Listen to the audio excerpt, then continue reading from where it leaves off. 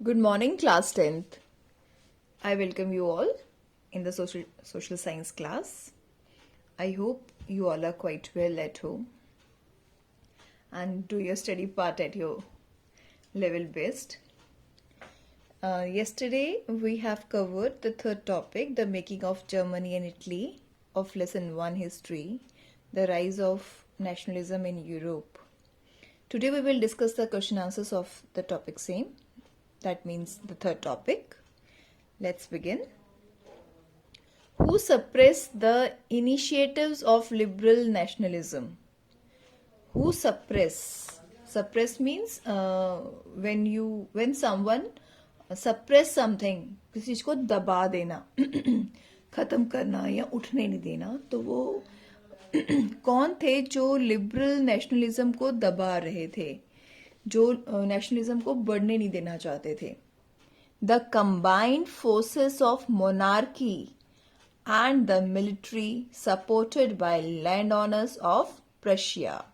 Combined forces of monarchy की forces इकट्ठी होके और मिलिट्री जिनको लैंड ऑनर्स सपोर्ट कर रही थी, जिस मिलिट्री को, ये दोनों मिलके monarchy and military suppress the liberal nationalism. Where were the landowners of Prussia? What were the landowners of Prussia called? Prussia के landowners को क्या कहा जाता था? Junkers. The landowners of Prussia called the Junkers. Let me correct this word. What? Third question. Who was the architect of German unification? Germany की unification के लिए जो आर्किटेक्ट था वो हम किसे कहते हैं? Otto von Bismarck. Otto von Bismarck is claimed or called as the architect of German unification. Name the European powers that dominated the parts of Germany. European parts that dominated the parts of Germany. Germany के कुछ हिस्सों को कौन सी European parts dominate करती थी, means control में थे? Austria, Denmark and France. Who was proclaimed the emperor of unified Germany? Unified Germany को होने के बाद, जर्मनी की यूनिफिकेशन होने के बाद किसको वहां का एम्परर क्लेम किया गया? The Prussian king Kesar William I was proclaimed as the emperor of unified Germany. Name the palace where William I was crowned. William I को कहाँ पे क्राउन पहनाया गया? In the Hall of Mirrors in the Palace of Versailles. This all we have discussed in yesterday's video. Who was Otto von Bismarck? Otto von Bismarck is considered as the architect of German unification. And who was he actually? Bismarck was the chief minister of Prussia and was the architect of the unification of Germany. How was unification of Germany ultimately achieved? कैसे finally जो Germany की unification हुई उसको जीता गया, achieve किया गया? 3 wars over 7 years. 7 सालों में 3 युद्ध हुए with Austria, Denmark and France. और यही तीनों जो पावर थी वो डोमिनेट करती थी. देखो, ऑस्ट्रिया, डेनमार्क एंड फ्रांस. और ये इन्हीं के साथ 3 वॉर्स हुए with Austria, one with Denmark and one with France in 7 years. और ended in Prussia victory and Germany unification. और ये खत्म किस में हुए? प्रशिया की विक्ट्री हुई और जर्मनी का यूनिफिकेशन हुआ. Who was Giuseppe Mazzini? Giuseppe Mazzini कौन था? An Italian revolutionary put forward various programmes to unify Italy. Italy को यूनिफाई करने के लिए, यूनाइट करने के लिए ये एक रेवोल्यूशनरी था, एक क्रांतिकारी था. He founded secret society called Young Italy for achieving his goal. और उसने एक सीक्रेट सोसाइटी बनाई थी जिसका नाम था Young Italy for achieving his goal. What was his goal? His goal was to unify the Italy. Who was Count Cavo? See students, Mazzini, Count Cavo and Gypsy Garibaldi.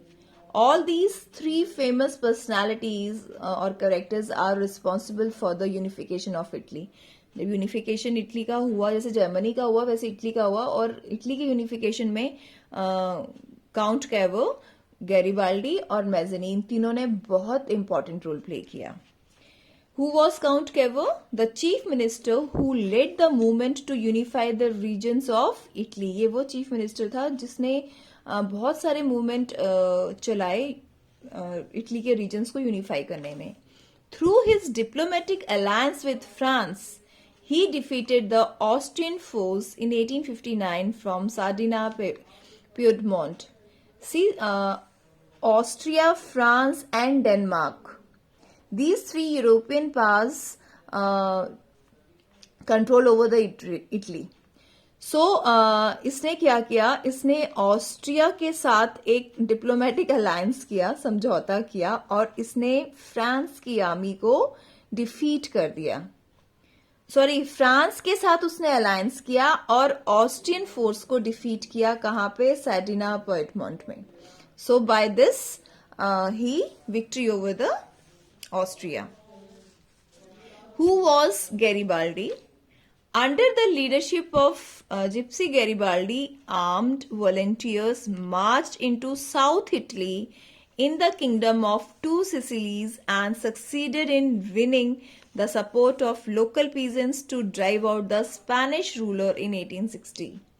So see here, Garibaldi के leadership में जो volunteers थे, armed volunteers, जिन्होंने मतलब वो हथियार वगैरह लिए हुए थे, वो उन्होंने साउथ इटली में मार्च किया और वहां पे in the kingdom of two Sicilies, और वहां पे वो सक्सीड हुए. किसके सपोर्ट से? लोकल पीजेंट्स के, किसानों के सपोर्ट से वहां पे वो सफल हुए और उन्होंने स्पेनिश रूलर को बाहर निकाल दिया.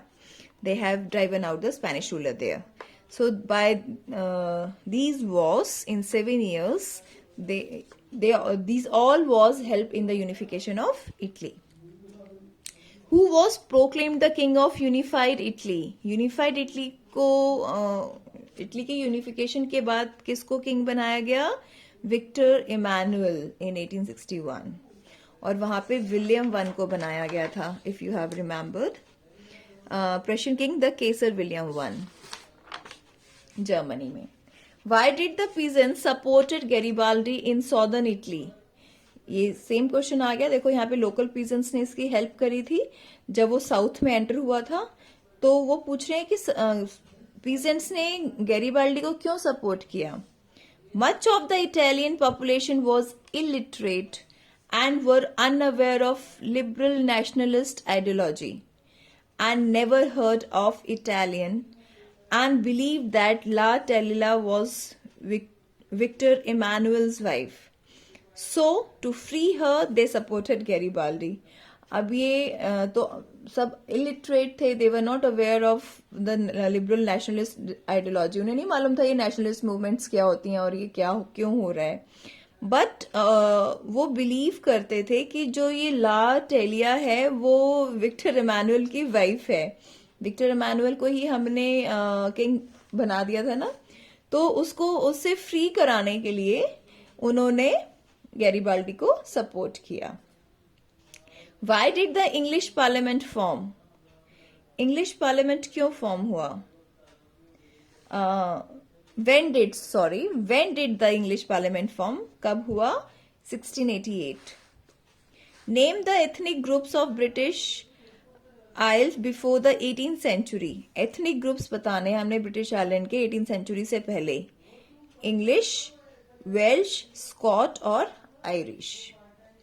How did the British combine all these ethnic groups?